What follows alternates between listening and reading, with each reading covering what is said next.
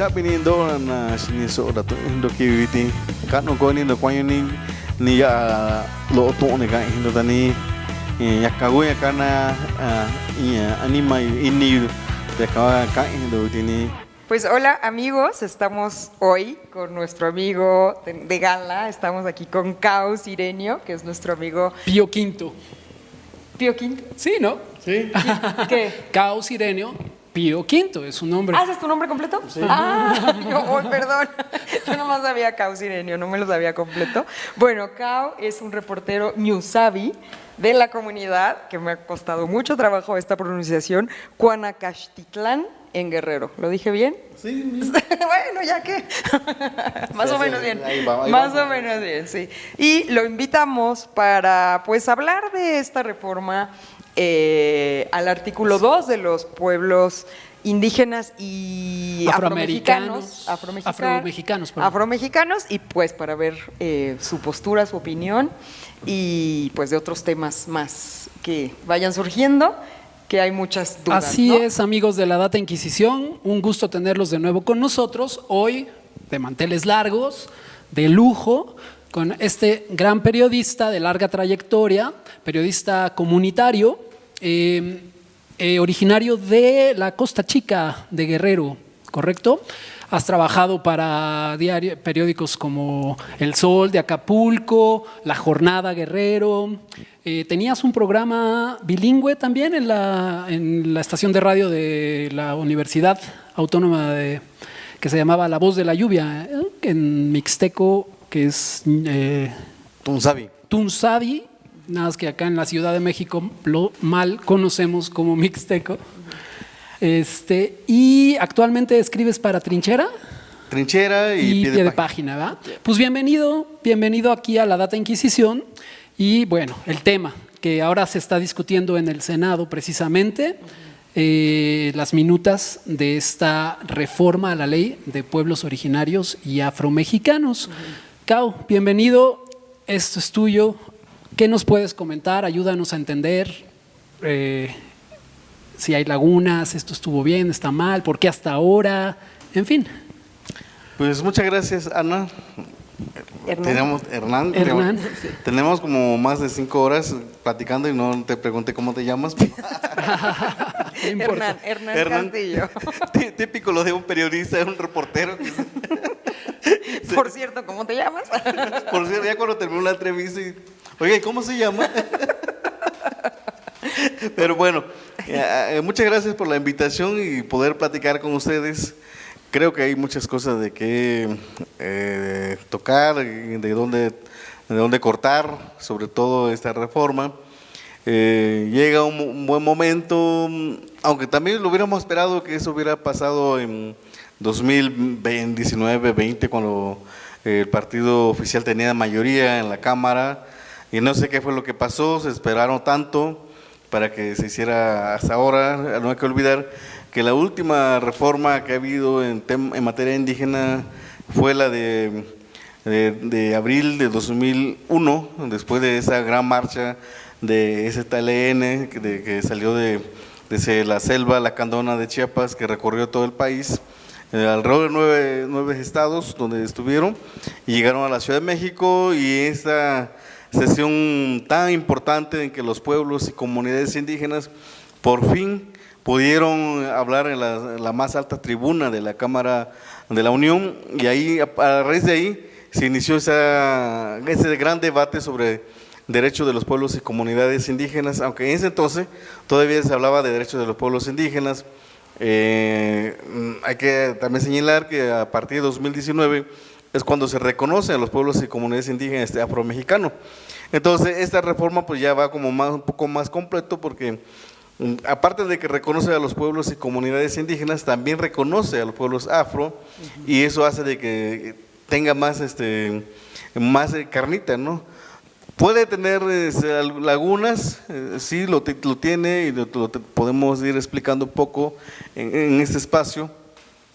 Y eso se debe porque habría que pedirle a Tlaloc que nos pueda explicar, ayudar a entender por qué el proyecto de reforma que un yaqui, un señor de la comunidad yaqui le entregó al presidente en septiembre de 2022, 21, que contenía todo un contenido, el espíritu de los pueblos y comunidades indígenas, porque se realizaron foros en todo el país, alrededor de más de 14,000 autoridades comunitarias participaron en esa reforma. Se planteó reformar alrededor de 15 artículos constitucionales, ahora no solo se tocó el artículo 2 constitucional, entonces habría que preguntar, es lo que le pregunté al presidente el día viernes, ¿por qué hasta ahora se hace esta reforma? ¿Por qué se tuvo que esperar tanto? Ya no le pregunté el por qué que se haya rasurado, ¿no? Pero hasta donde se sabe, lo que tenemos información es que esta reforma se rasuró en la Consejería Jurídica. Con Scherer, ahí se rasuró esta reforma. Entonces hay esos intereses oscuros de no dejar que esa reforma avanzara, ¿no?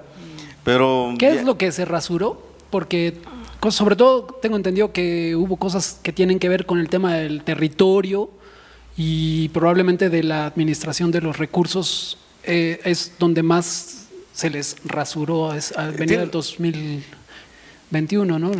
Estaba hablando antes fuera del aire que el tema de que se tenía que reformar el artículo 27 constitucional, porque es donde tiene que ver con el territorio. Y cuando hablamos de territorio no estamos hablando muchos de los que no entienden o no pueden interpretar qué es el territorio, piensan de que es los pueblos ya tienen su tierra y ya están sentados. No, el territorio para nosotros tenemos nuestro territorio histórico, donde nacimos, nos reproducimos, nos alimentamos y que ese territorio lo cuidamos, lo mantenemos con vida.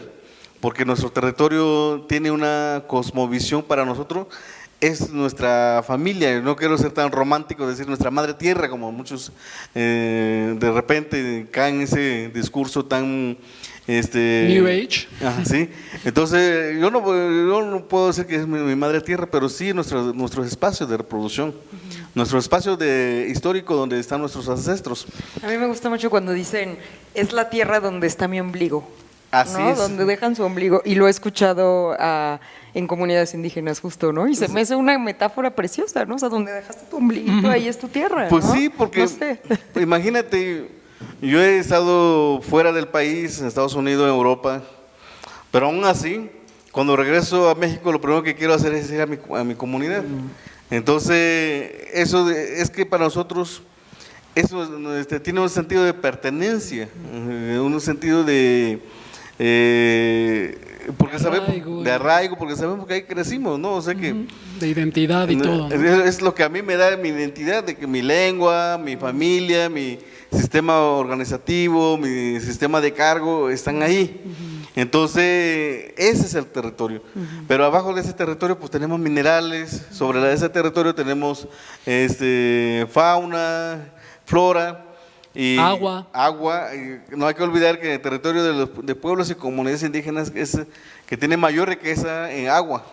Es donde madera, que en los últimos años se han talado de manera indiscriminada, pero ahí está nuestra madera, nuestra fauna y el agua, que es lo más importante.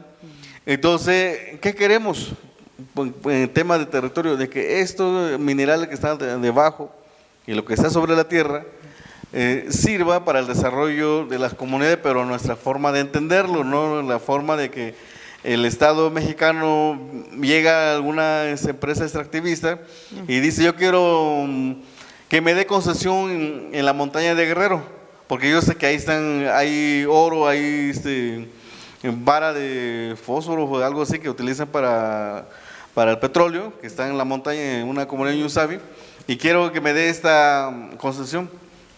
Y no porque viene ciego, sino que ya hicieron todo un estudio, utilizando todas las estrategias para poder llegar a las comunidades, para hacer ese estudio, ya saber cuando van a pedir la concesión, porque ya llevan un estudio ya bien hecho. ¿Y qué pasa? Pues, por ejemplo, con Felipe Calderón, se entregó más de la mitad del territorio de los pueblos y comunidades indígenas a empresas extractivas, ¿no? Como Peña Nieto pasó lo mismo, sin consultar a los pueblos.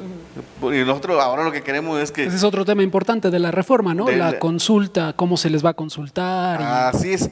Entonces queremos que estos minerales que hay abajo de nuestro territorio, que no tan solo nos consulten si queremos que haya extracción de esos minerales, sino que nosotros seamos los que veamos si hay condiciones, si esa empresa extractiva no es dañina, no va a hacer daño para nuestra tierra, tal vez se le pueda dar concesiones, pero de ese dinero, que producto de esa extracción que van a hacer, se quede en las comunidades y no ahora, por ejemplo, en Guerrero.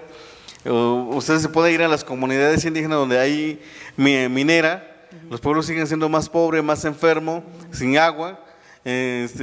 O contaminadas sus aguas, ¿no? Ajá. Y no es ese dinero que la empresa, que esa concesionaria pagó, no se ve, no están reflejados.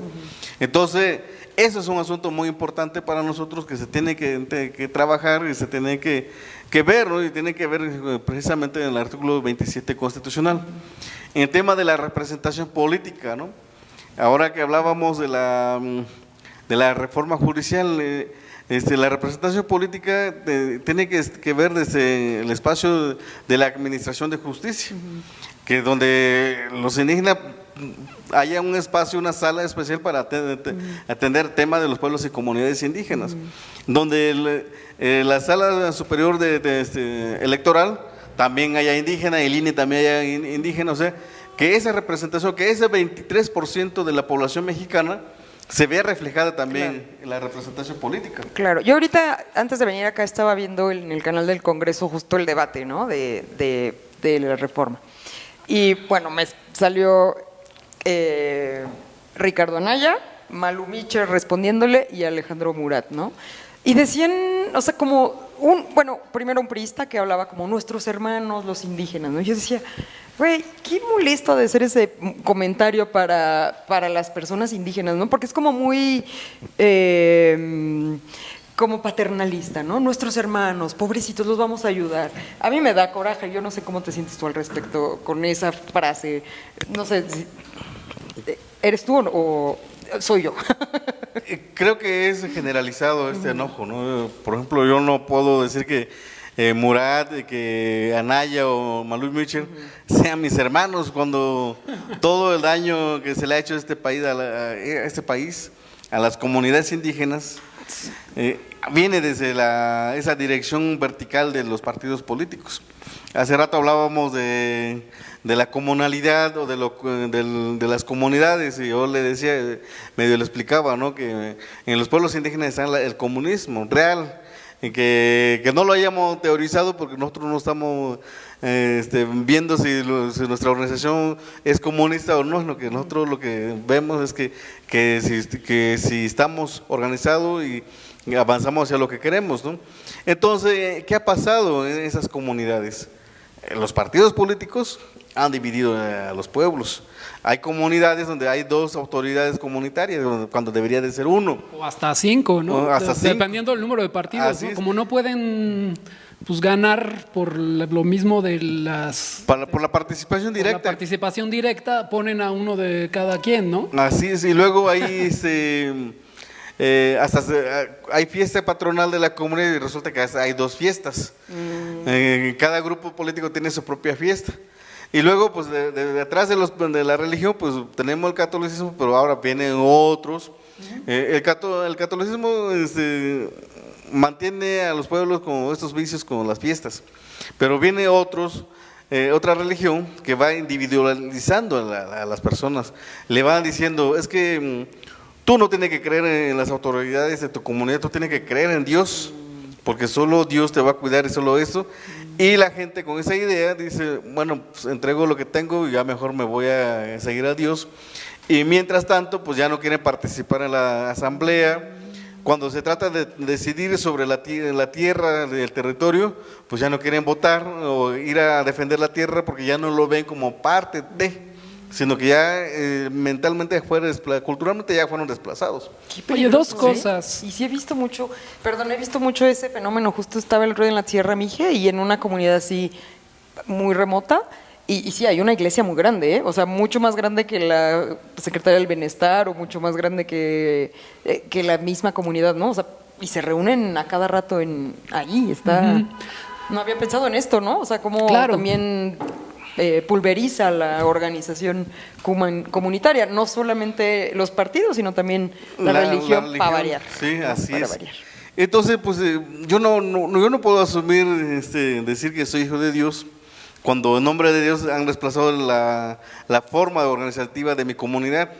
Tampoco puedo decir que son mis hermanos, estas personas blancas, que con sus políticas han dañado a las comunidades indígenas. Sí, Ricardo Anaya con qué cara dura, ¿no? La verdad. Sí. O sea, hablando, de verdad, y empezó a hablar de ejemplos de los afroamericanos, ¿no? Y citó a una autora gringa de un estudio académico gringo, y era como, güey, ¿y si te sabes los grupos indígenas de tu país al menos, no? O sea, Pero bueno, supongo las que ese es un mal de comunidades. todo el país, ¿no? Porque hay mucha gente o habemos gente que hablamos inglés y otros idiomas europeos, no sé qué, pero la verdad nunca se nos ha ocurrido ponernos a estudiar náhuatl o No, estamos ñañú. muy colonizados, pero, ¿No? o sea, qué grave que un senador esté así de colonizado y traiga estos argumentos a la mesa, ¿no? Y que no está hablando de lo que pasa en este país. O sea, de verdad yo los escuchaba a los tres y luego Malu Mitchell sacó a Sudáfrica y no sé qué, y empezaron a dar ejemplos que yo decía, güeyes, y México, todas nuestras comunidades indígenas, nuestros pueblos indígenas que son 68, que se hablan 68 lenguas, hay 300 variedades, 11 familias lingüísticas, y ellos no hablan de eso, ¿no? Es como, bueno. No, pero no se necesita irte a Estados Unidos, a Florida, a Georgia, para hablar a los pueblos afros. Vete a Juchitán, Guerrero, ahí a Coajinicuilapa, Guerrero. Allá Ganja. Ahí está Ghana, ahí está. Si quieren visitar África, vayan y ahí están las comunidades. ¿Oíste, Ricardo Anaya? Sí. No andes así. Y hay bastante teoría sobre los pueblos afro que han hecho los mexicanos. Ahí está un libro muy conocido de Enrique Beltrán Aguirre, no sé si me acuerdo bien su nombre. Beltrán Aguirre tiene un libro que se llama La Cuija. ¿Cómo? La Cuija. La Cuija. Y habla justo de la organización comunitaria de los pueblos. Sí. Creo que es la primer trabajo más profundo antropológico que se ha hecho sobre los pueblos afro, y tiene que ver con la costa de Guerrero y costa de Oaxaca. Bueno, pues continuamos aquí con nuestro amigo Cao Sirenio. Y entonces, Cao, yo te quería preguntar dos cosas. A ver, una, bueno, ¿por qué hasta ahora? Es lo que le preguntaste al presidente, pero bueno, más vale tarde que nunca, te diría yo, ¿no? Sí. Y la otra, mira, me llamó la atención, escuché a Janet Cruz, ella es Consejera indígena. exactamente coordinadora del Consejo Nacional de los Pueblos Indígenas. Y la voy a citar, dice, con la reforma indígena nos despojamos de ser considerados menores de edad, dejamos de ser tutelados. ¿Coincides con esa visión? Sí, de hecho es la reforma de 2001 era lo que se le cuestionó a esa constitución, y que cuando los pueblos y comunidades indígenas se fueron a la controversia constitucional, porque hubo varios recursos de inconstitucionalidad que presentaron los alcaldes de los municipios indígenas, y porque querían que se estableciera que los pueblos y comunidades indígenas son sujetos de derechos con personalidad jurídica. Para poder ejercer recurso recurso público, bueno, que era un requisito, ¿no? Así es, pero se dejó esa reforma como objeto de derechos públicos. Entonces significaba de que no teníamos derecho para poder acceder a los recursos públicos, a la administración de recursos públicos, pero además de eso nos dejaba en la indefensión para la representación política, que era la otra parte que también le falta a esta constitución, que hace falta hablar más, profundizar más sobre la representación política, donde el INE, el Tribunal Electoral, tiene que volver a delinear de qué forma se va a reconocer o se le va a dar categoría a los candidatos que aspiran a ocupar un espacio. Porque de repente vemos que a partir de 2015 que el INE ya estableció como una norma, estableció una regla de juego de que cada partido político tenía que, en territorio donde haya mayor población indígena, el candidato de ese distrito tenía que ser indígena, que de la comunidad y que tuviera representación comunitaria. Pero resulta que de 2015 hasta 2024, esos candidatos no eran indígenas. Por eso, si habláramos de que estamos bien representados en la ¿Me estás diciendo que Xóchitl Gálvez no es indígena? No es indígena. ¿Pero cómo? Sí. Es que ahí también tiene mucho que ver sobre cuáles deberían ser las condiciones que deberían tomarse en cuenta para asumirse como indígena. Pero hay casos muy claros donde los candidatos que son que han sido candidatos para una elección popular, que no son indígenas porque se sabe de dónde vienen. Y resulta que van a las comunidades con el comisario, a la gente, o como lo define su región, su estado, van y pagan al comisario, le ofrecen un dinero para que le dé constancia de trabajo comunitario en la comunidad. Y resulta que ese candidato ni vive ahí, ni va ahí, ni nunca ha ido ahí, pero como es político que conoce la gente de las comunidades, entonces va, oye, ¿te acuerdas que fuiste a pedirme un apoyo? Pues dame una constancia, ¿no? Y de esta forma se han agandallado los espacios que le corresponden a los indígenas. Entonces esa es otra parte de que esta Constitución le hace falta y que se le tiene que agregar, que se le tiene que revisar, y espero que si la reforma, bien cierto, llega tarde, pero tenemos que volver a insistir de que se le agregue, se le reforma otros artículos para que de esa forma realmente se le dé representatividad a los pueblos indígenas. No se trata nada más de pelear, porque también a veces con los propios compañeros… No se llega a nada, ¿no? También. Sí, pero también con los propios compañeros indígenas ha habido otros que son un poco oportunistas cuando hay ese tipo de debates, y no plantean tanto lo que es la necesidad de los pueblos, sino que plantean más de sus necesidades personales. Claro. ¿Y hay representatividad actualmente los que están debatiendo el Senado? Yo este cachito que vi a 3 personas que no tienen la más pálida idea, hablando de derechos que ni siquiera les competen y que casi les estamos haciendo el favor, ¿no? ¿Tú crees que en esta mesa de debate ha habido participación indígena? Pues yo no veo una representación indígena de… Yo estaba escuchando, por ejemplo, a la diputada de Morena, Irma Juan Carlos. Sí. Ella es indígena de Oaxaca, la tengo bien ubicada, pero en el Senado.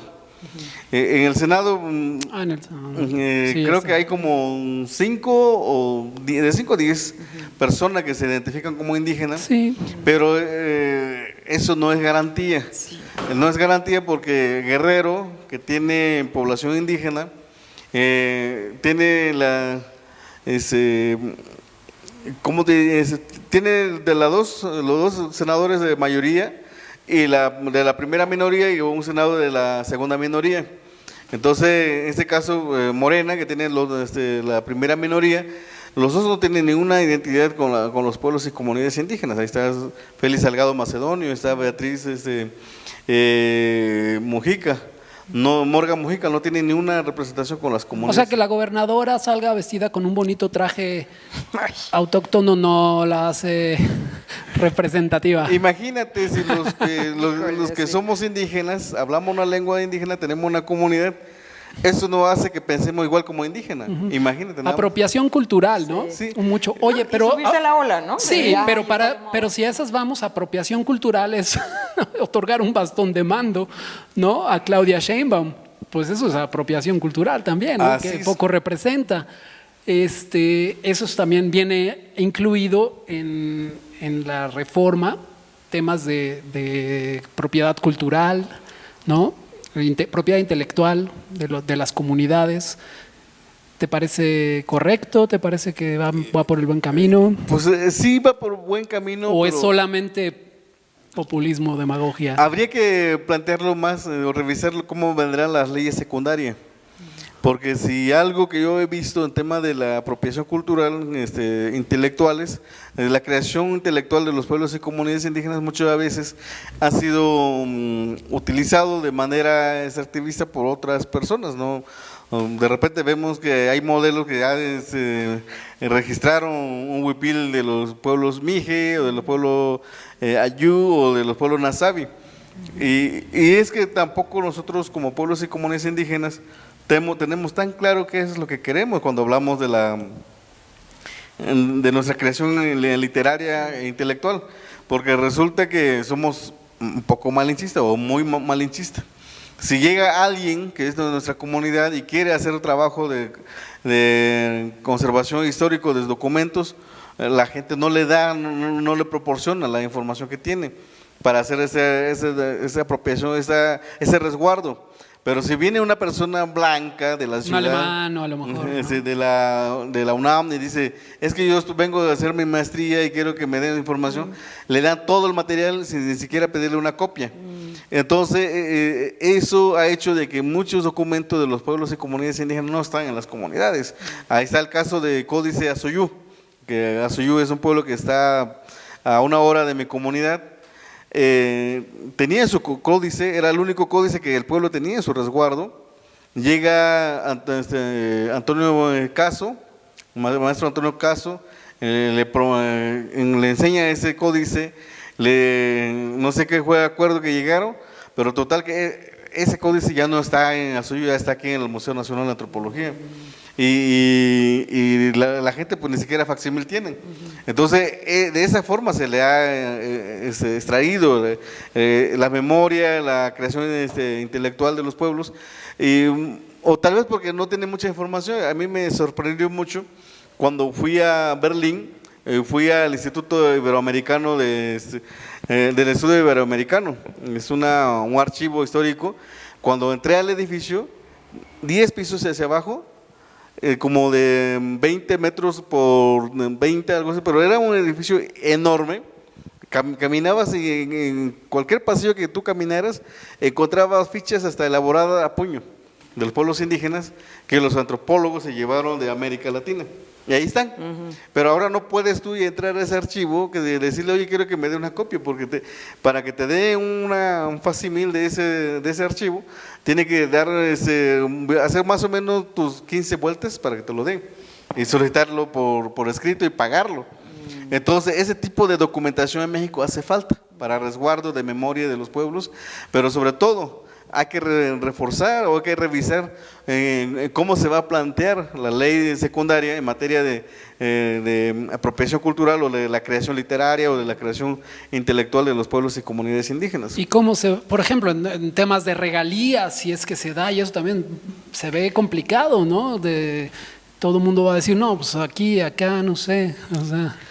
Pues es que como a mí el problema que yo tengo con esta reforma es un poco la implementación de los temas. Me parece que es bizarro y muy complejo, ¿no? Y ni siquiera estoy seguro de que se tenga la capacidad, y como te comentaba al principio, antes de entrar aquí al programa, no la capacidad humana, no que la gente no pueda, sino que se tengan la cantidad de personas hablantes, intérpretes, no sé, abogados, peritas, maestros, todo, ¿no? Y es que y se corre el riesgo de que pues quede ahí una bonita ley, pero imposible de implementar, ¿no? Unánimemente, además, ¿no? Pero votada unánimemente, porque ¿quién va a estar en contra, no? ¿Quién se va a echar el tirito? La uña de decir, eso es un buen punto también, ¿no? O sea, sí, eso es totalmente político. Todos votaron, ¿no? pero nadie aquí no ¿se va a poder realmente o qué? Esa es una tarea de los pueblos. ¿De los pueblos nada más? Sí. Okay. Porque, por ejemplo, el manejo de recursos, los pueblos desde hace años venían reclamando de que ya no quieren que los alcaldes manejen esos recursos, porque resulta que anteriormente se hablaba mucho de ramo 33 que va para construcción de carreteras y de servicios de primera necesidad en las comunidades. Y, por ejemplo, en mi comunidad, en Guanacacitlán, las autoridades comunitarias dicen es que a este pueblo le corresponde de ramo 33 10 millones de pesos. Van al alcalde y le dice al alcalde, ¿sabe qué? Usted dígame qué obra vamos a hacer y sobre eso vamos a trabajar. Y ya cuando se hace la obra, se esponja, se triplica el costo real de esa obra y ya el alcalde dice es que ya no hay dinero, es que ya se gastó todo en eso lo que ustedes propusieron. Entonces han dicho, queremos que ese dinero, los 10 millones, nos llegue directamente. Como los caminos artesanales. Así digamos. es, en esta comisaría y nosotros sabremos cómo lo vamos a administrar. Y estamos seguros que ese dinero nos va a alcanzar para mucho más, porque vamos a poner materiales de la región, vamos a poner mano de obra y vamos a avanzar más. Entonces, por ese apartado de tema de recursos, es muy necesario para los pueblos. Eso ya se venía. La autonomía. La autonomía, sí. ¿No? Sí. Oye, Cao, y esta reforma plantea que, bueno, de antecedentes dice que este sexenio se gastaron 141.809 millones de pesos para el desarrollo integral de los pueblos y comunidades indígenas y afromexicanas. ¿Cayó algo de este dinero en tu comunidad? ¿Cómo se vio? ¿Cómo? ¿Sí llegó? ¿No llegó? Pues ahí está el programa Sembrando Vida, ¿no? Que tiene que ver dentro de ese proyecto de desarrollo. Ahí está también las becas Benito Juárez que se entregaron a los jóvenes en bachillerato y secundaria y primaria. Ahí está el apoyo que se entrega a los adultos de 70 y más. No se ha reflejado mucho en tema de salud. En el tema de salud seguimos cojeando porque durante 2 columnas, Tachi sabe, yo estuve trabajando sobre tema de que cómo en la montaña de Guerrero, todavía en este año, 2024, hubo muerto porque no pudieron llegar a tiempo a un hospital. Hubo en caso de unos municipios cercanos a Chilpancingo, hubo 3 niños muertos y un adulto. Y porque no podía, el centro de salud de la comunidad no tenía medicamento, no tenía médico, y el camino es bastante intransitable, entonces pues las personas, esos niños murieron. De hecho, en una de las protestas que la comunidad llevó el cadáver de un niño que se murió en el hospital a la protesta. Eso significa de que el sistema de salud sí terminamos cojeando, no se resolvió, ojalá que en este gobierno se resuelva. El tema de carretera en mi comunidad no he platicado bien para saber si se puso en marcha lo de camino artesanal o no, porque la carretera que se tiene hasta ahora es la que se pavimentó o se asfaltó en 2004. Cuando la comunidad dijo, no, es que nosotros queremos camino porque con este camino pues vamos a cambiar nuestra forma de vida, y sí se vio con ese camino porque por lo menos una treintena de personas tienen carro, pueden hacer servicio de transporte público, pueden salir rápido del hospital, y algo ayudó, pero de todo modo pues hace falta reforzarlo. Sí, ¿no? Y también eso está en la nueva reforma, ¿no? Sí. Que atender justamente estos rezagos de comunicación, accesibilidad y conectividad en el rubro de medios de comunicación. O sea, como que medios de comunicación, yo leí, pensé luego espectro radiofónico y demás, pero no, incluye también las carreteras. Digo, a veces estamos tan urbanizados que ni siquiera pensamos que eso también es algo básico. Claro, ¿no? sí. Desarrollo en general, cosas como el Tren Maya, el interoceánico, etc. Sí, los caminos artesanales. En tu último, creo que es tu último artículo que escribiste para Pie de Página, te preguntas, desarrollo, sí, pero ¿para quién? ¿No? Entonces, ¿a qué te refieres? Este desarrollo, por ejemplo, que el Tren Maya, que los caminos, ¿estás implicando que el desarrollo no es para las comunidades, sino las ganancias no son para otras entidades? Sí, mira, hay un asunto de ahí de que de repente caemos en la confusión de que decimos el Tren Maya, pero si vamos con las comunidades maya y le pregunta, oye, el tren es tuyo, los te siente parte de, dicen no, ese es el nombre nada más que lleva porque aquí corre, pero este desarrollo que trae pues no incluye, no nos incluye. Pero es cierto que hubo muchas consultas y que en su gran mayoría las comunidades mayas estuvieron de acuerdo en la construcción del Tren Maya. Esto lo decía precisamente la diputada Juan Carlos. Mira, no por cuestionar al gobierno, pero muchas de esas consultas fueron amañadas. No fueron, el problema, el gran problema de todo el estado, el espectro del estado mexicano, ya sea municipio, estado, los estados o la federación, están tan urbanizados como lo es Ana, es que nunca consultan a los pueblos con pertinencia cultural. Llegan y hacen la asamblea todo en español y todo esto. ¿Tú estás de acuerdo? Vamos a poner el tren acá porque vas a subir ese tren para que te vayas a Campeche o no sé dónde. Dice, sí, estoy de acuerdo. Y también, pero también hay que reconocerlo, es muy difícil decirle no cuando llevas tantos años sin ninguna vía de comunicación y de repente ves que es una oportunidad de posibilidad de tenerlo, entonces terminan diciendo que no, pero sí falló esa consulta de que no tuvo pertinencia cultural, no se les consultó desde su lengua, desde su mundo, no se les explicó cuáles son los beneficios reales que van a tener, porque habría que ir a preguntar otra vez a las personas que tienen estos tipos de beneficios, si a ellos, por ejemplo, lo que están sobre la ribera donde va el tren, si a ellos les va a costar el boleto de tren, más de la mitad, menos de la mitad de lo que cuesta. Si es así, pues entonces sí hay un beneficio para ellos. Sí, bueno, yo estuve apenas allá y sí sentí, claro, no hice investigación ni nada, sí. O sea, nada más mis pláticas con la gente y, o sea, sí parece que están contentos en general. Estuve en pequeños pobladitos, Geselchacán y Calquiní, pequeños poblados. Y sí hay como, o sea, sí aceptan el proyecto, ¿no? Y aparte, toda la gente que vive en esos 5 estados les dan precio especial. O sea, hay precio especial para los habitantes de esos 5 estados, más los mexicanos, más los extranjeros. O sea, hay 3 niveles de precio, ¿no? Entonces, pero sí tienes razón, o sea, sí.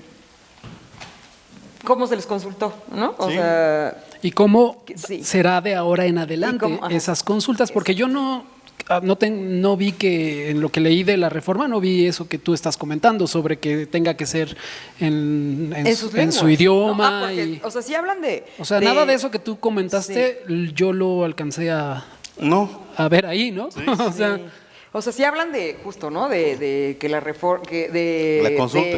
de que tengan, bueno, sí, pero de que tengan sus lenguas, o sea, intérpretes, traductores, peritos expertos en derecho, en materia de derechos indígenas, etcétera, pero no dicen para todas las comunidades, ¿no? O sea, lo dejan muy en general, ¿no? Tendría que estar más especificado. Exacto, ¿no? Sí. En 2015, el IFETEL y con el apoyo de ese entonces CDI, que ahora es el INPI, el Instituto Nacional de los Pueblos Indígenas, organizaron una consulta para hablar justo sobre el espectro radiofónico. Y se supone que la consulta para los pueblos indígenas tenía que ser en cada pueblo, para que los mismos pueblos dijeran cómo quieren que sea esa reforma. Resulta que citaron solo a los periodistas indígenas, comunicadores indígenas, para que se reunieran. Se hizo 3 consultas.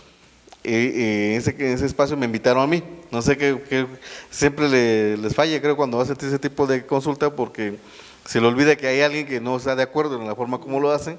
Entonces me invitan, estuve aquí en la Ciudad de México, en un hotel aquí por Insurgente Sur, todos los viajes pagados y todo eso. Pues yo no sabía que, me dijeron más que vamos a hablar de la ley de radio y televisión de IFETEL, de los pueblos indígenas. Entonces, en ese entonces yo estaba reporteando San Quintín, ese es mi primer viaje a San Quintín. Entonces pues me vine rápido porque tenía que estar.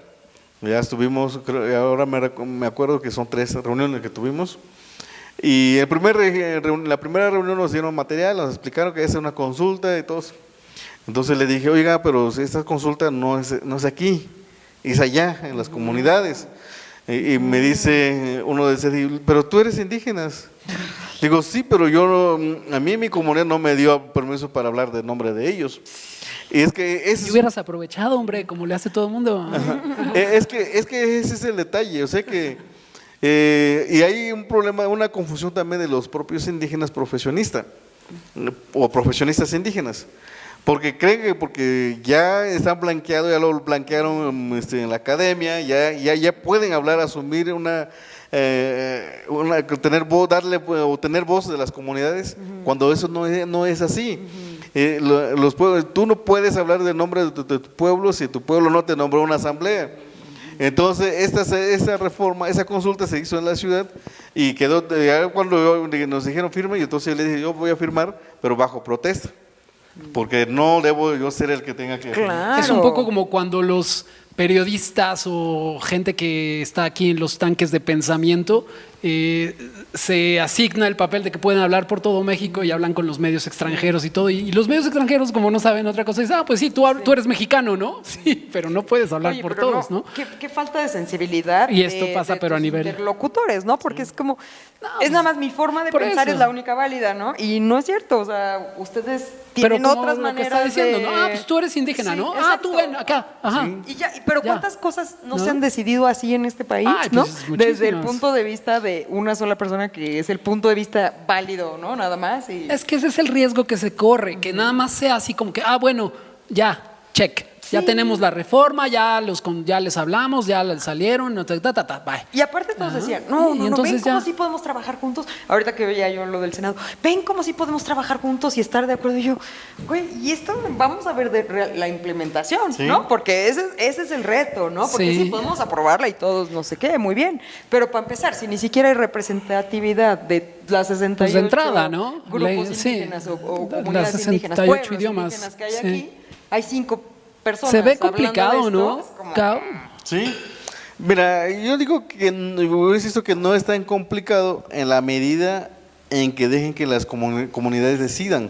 Exacto. Sí, porque si tú quieres, como lo hizo ese entonces IFETEL y CDI, de decidir quiénes podían venir a avalar su consulta, entonces está complicado. Sí, oye, y todo esto ahora que en teoría van a poder no solo administrar el recurso, sino ejercerlo también, porque una cosa es que te digan tú administralo, pero no, yo lo gasto en lo que yo quiera, ¿no? Eso también es un tema. Pero no se generan algunos, lo que diríamos, incentivos perversos, digamos que esto empiece a generar conflictos o más conflictos dentro de las comunidades por ver quién es el que regentea la lana básicamente o… Mira, Y salga el tiro por la culata, ¿no? esa O sea, pregunta me lo han hecho muchas veces en mi comunidad porque yo desde 2014 veníamos nosotros planteando con ellos. Hasta ahorita mi comunidad no ha podido acceder a esos recursos, a pesar de que en este año el Instituto Nacional de los Pueblos Indígenas buscó la forma triangular para que los pueblos recibieran ese recurso. Ahora ya no, con esa reforma ya no va a ser así. Y yo le venía explicando a ellos, mira, tenemos que buscar un mecanismo de que ese dinero no lo administre el ayuntamiento, sino que lo administre la Directo, comunidad. sí. ¿Qué tenemos que hacer para que esto pero funcione? ¿quién en la comunidad? Ahí va, tenemos que ver la asamblea. Vamos a ir a la asamblea. Mira, es mentira de que los pueblos indígenas no saben organizarse. No, está muy bien organizado. Ahí está el sistema de cargo. Tenemos el Poder Ejecutivo que recae en un comisario, en la persona que se electa en la asamblea. Tenemos, después del comisario, lo acompaña el Consejo de Señores Principales. Hace cuenta como el Senado, el pequeño Senado. Y luego está la Asamblea General.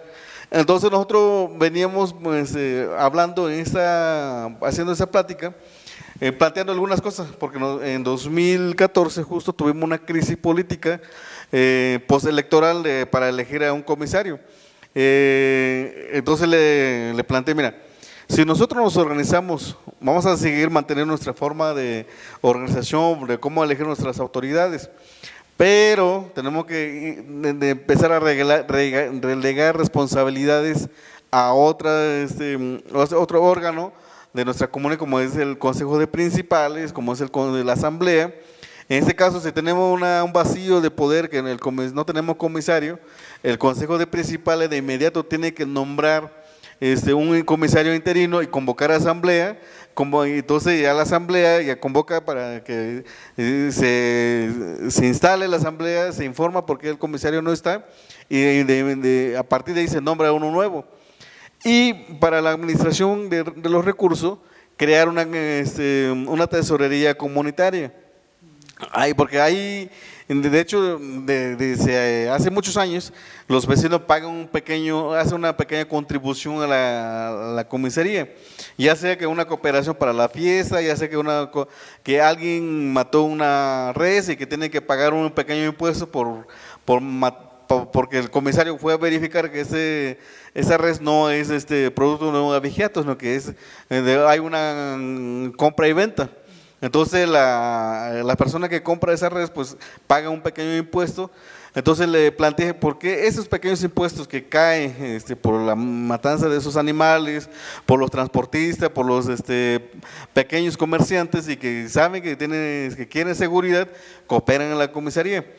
Esta tesorería comunitaria podría recibir ese pequeño impuesto y extender un pequeño recibo de decir que las personas tal está cooperando y hay ese dinero en la comisaría disponible para cuando hay una salida de una comisión, o cuando una persona infractora paga una multa por haber peleado una borrachera en la calle.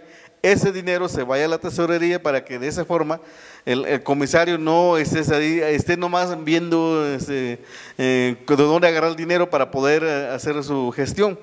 Además de eso, tenemos que empezar a delinear nuestra norma comunitaria, cómo vamos a organizarnos. Ya tenemos un comisario, un consejo de principales, una asamblea. Entonces el comisario, el consejo de principales y la asamblea tendrá que nombrar una sola persona para crear una cuenta tripartita, de que en esa cuenta el dinero pueda llegar a esa cuenta y con la anuencia de la asamblea se pueda decidir cómo gastarlo. O sea que sí hay mecanismos, sí se puede resolverlo, pero nos tiene que dejarlo, pues. O sea que no. Claro. Bueno, yo creo que, desde lo que yo observé ahora que estuve por la Sierra Mije, a mí me pareció que sí se pudieron organizar, pues, ¿no? O sea, hicieron un montonal de caminos artesanales y muy bonitos, y aparte, pues yo subiendo la sierra veía a la gente trabajando, hombres y mujeres, o sea, hombres y mujeres en la construcción, todos, ¿no? Y bueno, eso pienso yo que viene de justo la buena organización, ¿no? Claro, O sea, no Ana. viene de que ¿cómo se llaman? ¿No? Las grandes constructoras ICA o ¿no? IGA, No, ICA. No sé por qué, ICA, ¿no? Y que ellos dicen, ¿y cómo? No, pues ahí estaba la gente. Oye, ¿no? Ana, y Cao, ahora que mencionas precisamente de que viste hombres y mujeres, Sí. y que te estaba yo escuchando a ti, Cao, hablar de los comisarios, los señores principales y las señoras. Precisamente yo Ya sé que no, es una pregunta un poco cliché, No, pero con los tiempos que corren, no, porque ahora pues, vamos a tener una señora presidenta. principal, ¿no? fíjate que nosotros le ganamos a los ¿Cómo va eso? A ver, allá. Fíjate que nosotros le ganamos a los mexicanos. Ándele. Mira, Porque nosotros tuvimos nuestra primera comisaria en 1997. Entonces ya hemos tenido varias mujeres en la comisaría, en la toma de decisión. A mí se me fue el chip de decir el consejo de señoras y señores principales, que sí lo tenemos, y a la asamblea el 50% la componen las mujeres. Mira. Entonces, sí, por eso le digo, nosotros le hemos ganado a los mexicanos porque hemos avanzado en la representación Porque política. ese es uno de los estereotipos, Sí. ¿no? De que hay mucho machismo, de que incluso, bueno, se venden a las niñas, y lo cual tengo entendido que desafortunadamente sí todavía no es una práctica, Pero es mira, no o los matrimonios arreglados y todo yo no eso. justifico los malos costumbres. Siempre he cuestionado esos malas costumbres, porque mi mamá es producto de esa costumbre de matrimonio forzado. Pero también hemos caído en estereotipos, en la estigmatización, sobre todo del periodismo blanco, chilango, que va a los pueblos indígenas y que no platican, no preguntan cuáles son por qué las jovencitas se casan o por qué hay un matrimonio forzado. Eso no lo han dicho. Hasta en este momento no he visto que este periodismo blanco haya cuestionado por qué en la Sierra de Guerrero no hay maestros en las comunidades indígenas, por qué no hay médico. Eso no lo dicen, porque no hay camino. Por ejemplo, porque la montaña de Guerrero tiene casi el 70% de la población en los campos agrícolas. Eso no lo están diciendo, pero sí están cuestionando una parte de una costumbre que sí está mal, porque no hemos podido desterrar el matrimonio forzado. Pero ¿por qué no desterramos el matrimonio forzado? Porque no hace falta más educación, más centro de salud, más médico, que nos hablen de nuestra pertinencia cultural, no desde el español. Entonces, todas esas cosas ha hecho falta y no se ha profundizado. Entonces, regresando un poco del tema de la comisaría, en mi comunidad, la primera mujer que se opuso a un matrimonio forzado ocurrió en 1950, 60. Fue el primer caso de una mujer que se opuso a matrimonio forzado. No logró escaparse de la comunidad, se juntó con otra persona, pero por lo menos no satisfació los deseos de sus papás, se opuso. Y después de ahí vino, en mi comunidad hay alrededor de 5 mujeres que no se dejaron someter por matrimonio forzado. Y yo cuando hablo de la educación, lo digo porque en mi comunidad, hasta 1990 todavía hubo matrimonio forzado, pero con la llegada del sistema de secundaria, las chavitas o los chavitos ya no pensaban en casarse. Y sí, se iban de novios, se juntaban, pero muy chavitos también, pero ya no era un acuerdo de los papás, sino que ya es decisión propia. Decisión propia. Pero ahora que ya tienen bachillerato, a partir de 2013 ya tienen bachillerato, eso ha hecho también de que haya menos matrimonio adolescente. Entonces sí ha cambiado para bien en la educación, porque de una u otra forma pues se le va diciendo de que primero tiene que prepararse, después casarse. Entonces sí hay esa necesidad en la montaña de Guerrero de que se invierta más en la educación, se invierta más en la contratación de profesores, se invierta más en apertura de centros de salud, más médicos, más médicas con pertinencia cultural, para poder resarcir ese tipo de costumbre, de cerrar esta costumbre que tenemos, porque sí lo tenemos, pero no es así como crear una regla punitiva que diga vamos a meterle a la cárcel a todos los papás que permitan que se casen sus hijos adolescentes. Eso no lo resolvemos, lo resolvemos con más educación. Y una pregunta personal.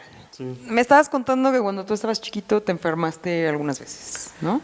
¿Y qué pasó? ¿Cuál fue la consecuencia de eso que te pasaba de niño en tu comunidad? Pues yo nací en el 76 y cuando yo nací no había médico, no había carretera, había una brecha que los propios vecinos se abrían con pala y pico, y entonces pues pensar en un médico en un centro de salud era imposible. Creo que el centro de salud que era IMSS Coplamar llegó en 1980. Se instaló entonces, pero para ese entonces pues no había higiene en las comunidades, a pesar que mi mamá buscaba la forma para evitar que nos enfermáramos, nos servía el agua, nos bañaba todos los días, pero aún así había muchos problemas, porque todavía había plagas de piojo, había plagas de chinche, de pulgas, no había había bastante mosquito, muchos niños se morían de dengue.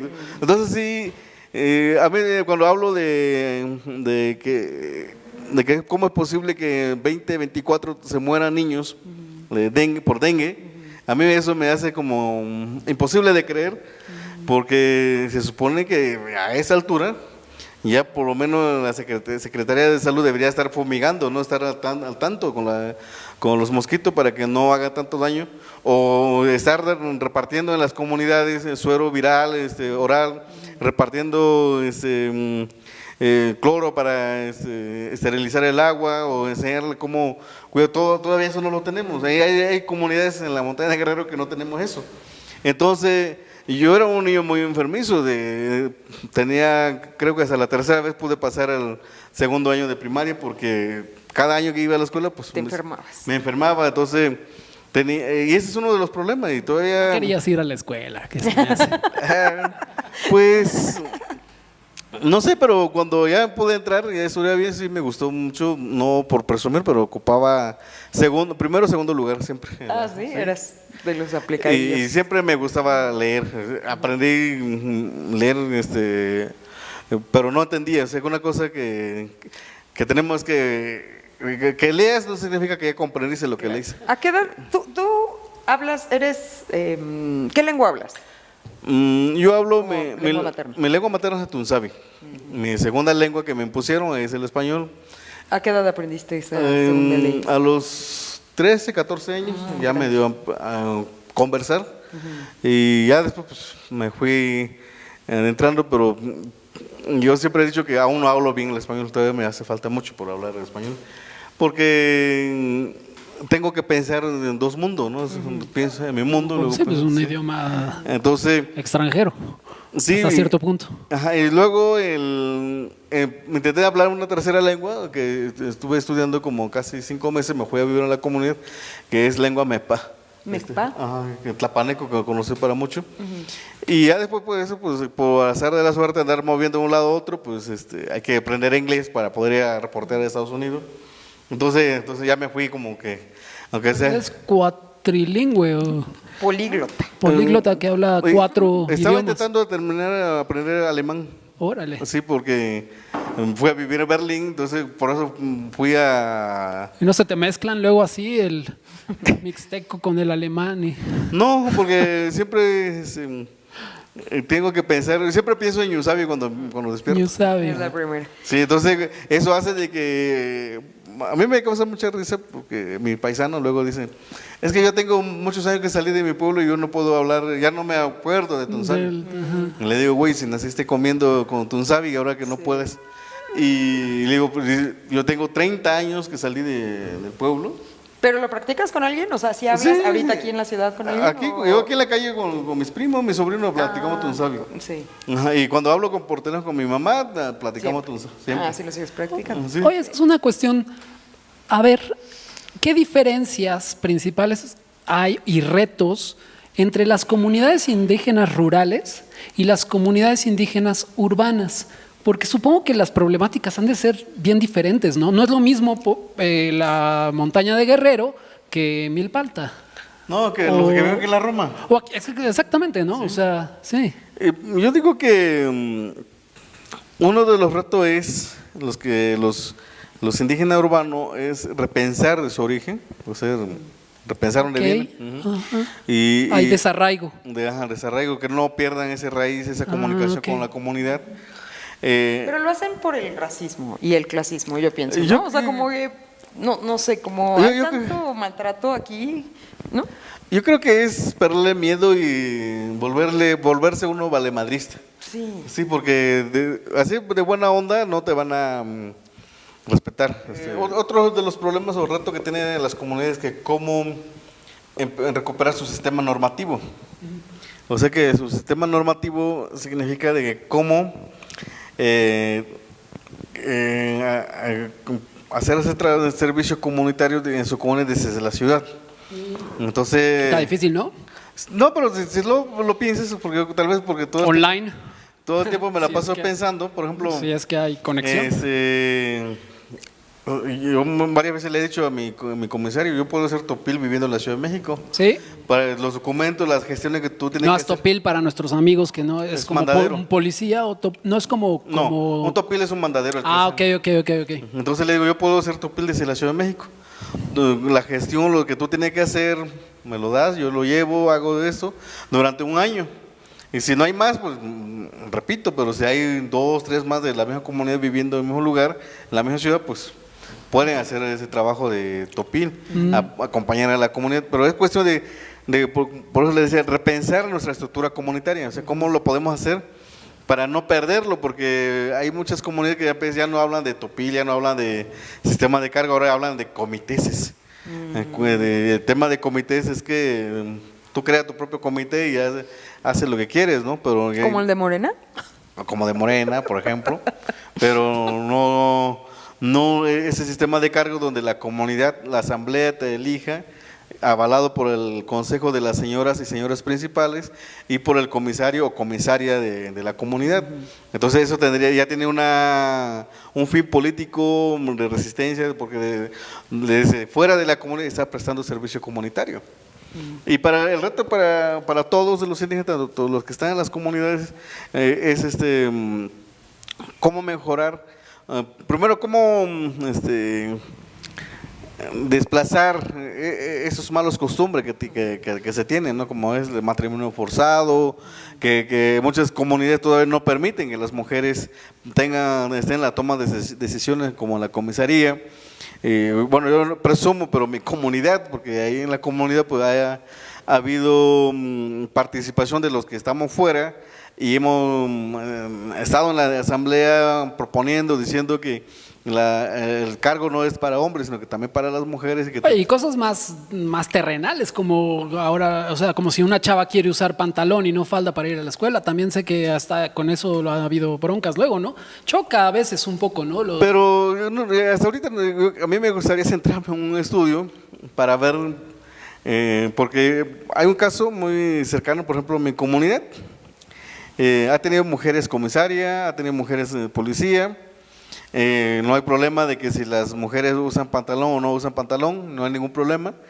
Pero sí los ha habido, ¿no? No, nunca. Bueno, desde que ha habido mujeres en el cargo no ha habido problema de la ropa de vestuario, eso no es ningún problema.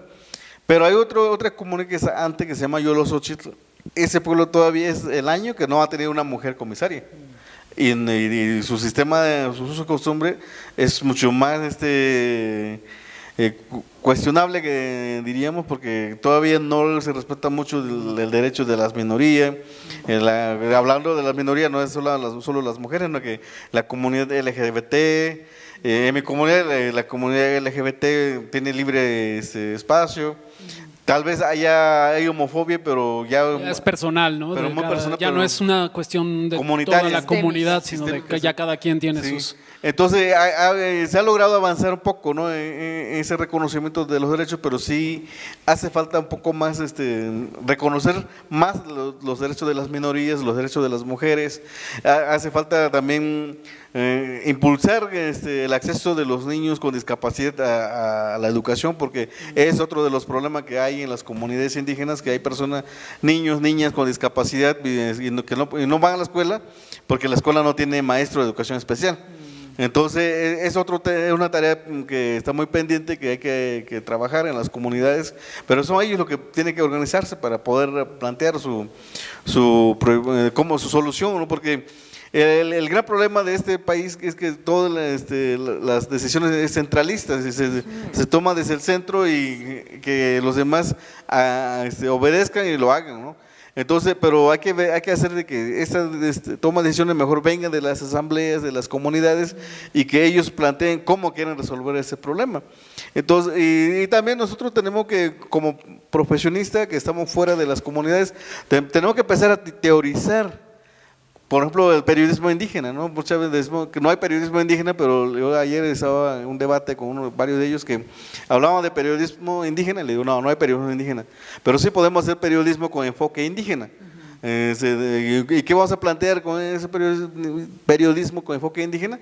El cuidado del medio ambiente, la participación de las mujeres en la asamblea, el territorio, las mineras, la migración, los derechos humanos. Eso sí lo podemos tratar desde enfoque indígena, porque mucho del periodismo que se hace desde la ciudad y todo, pues más es periodismo indigenista. Así es. No tanto periodismo indígena. Leíste ¿no? mi artículo.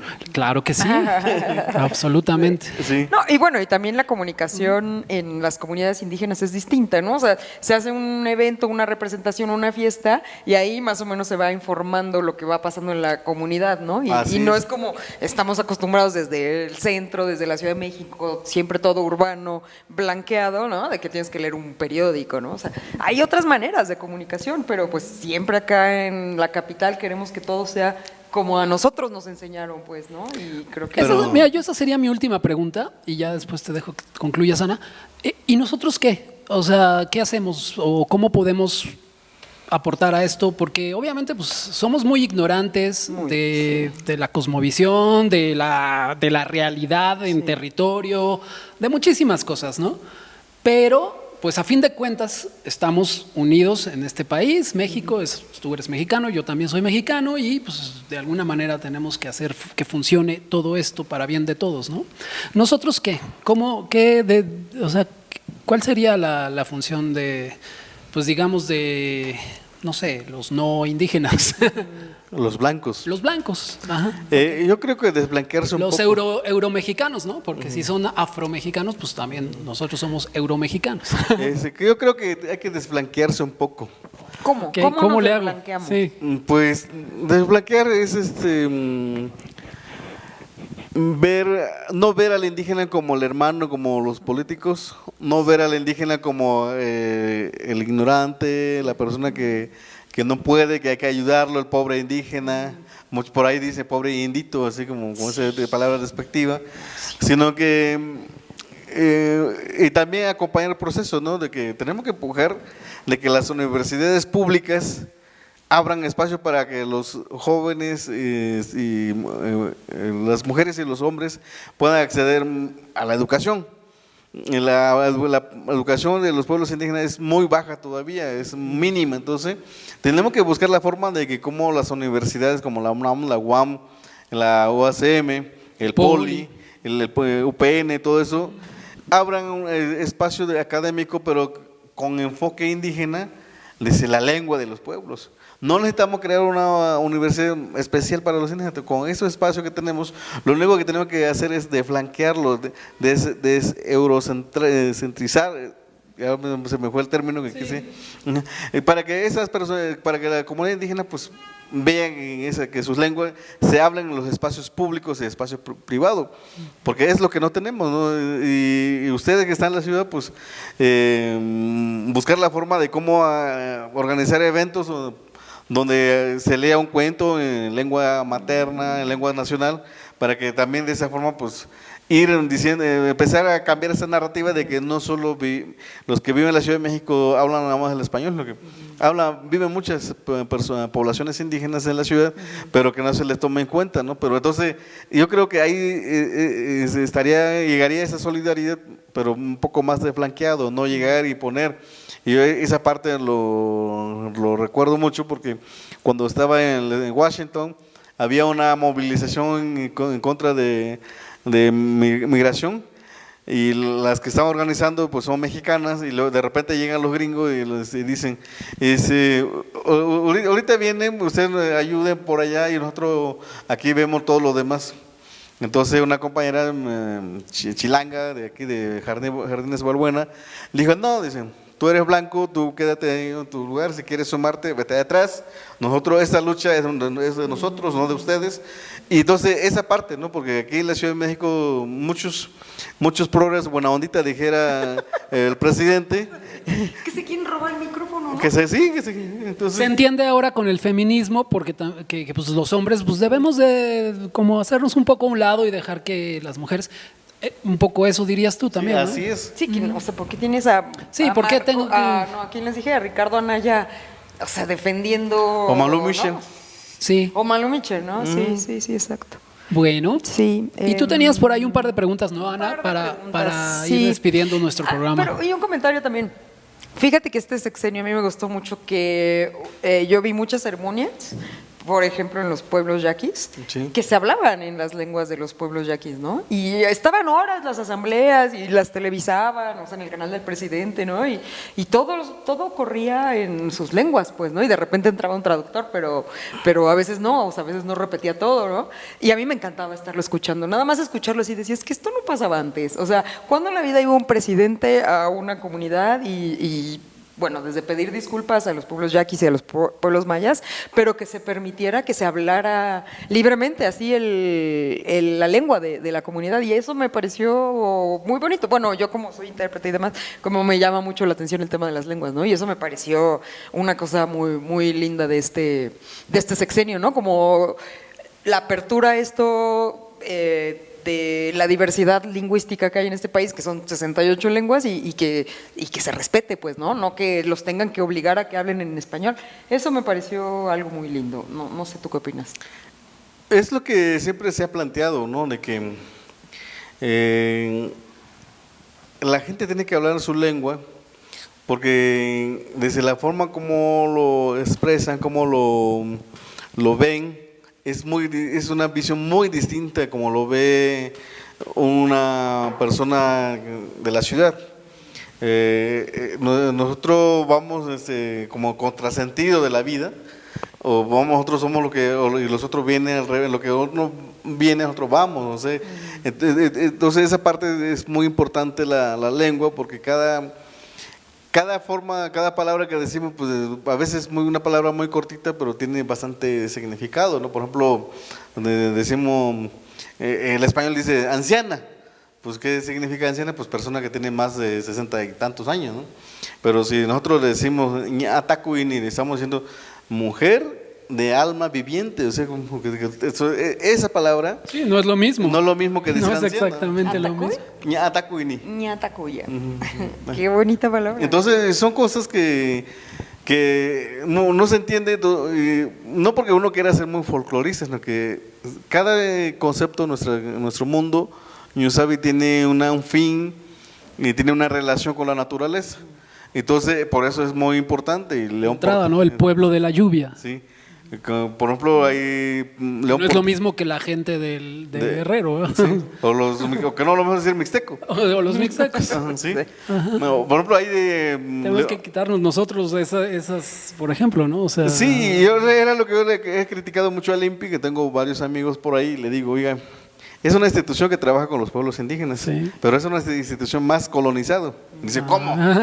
Pues, ¿cómo vas a ellos poner? están muy contentos. Sí. Escuché al director que está muy contento con la reforma ahora, ¿no? Sí. Adelfo Regina. Adelfo, pero Eres mije, ¿no? sí, pero tú le pones mixteco, todas sus propagandas dice, los pueblos mixtecos, náhuatl, zapoteco se van a reunir. Digo, pues es una palabra de colonizado. Oye, pues hay que descolonizar. Se nos está terminando, como siempre, la batería. Entonces, te invito a que despidas tú el programa de la Data Inquisición y pues ya mandes a…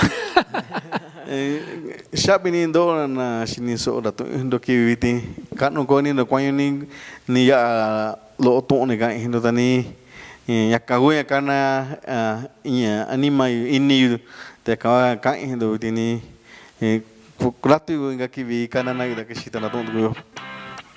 ¿Qué significa en español? Pues muchas gracias a todos los que nos acompañaron, nos escucharon.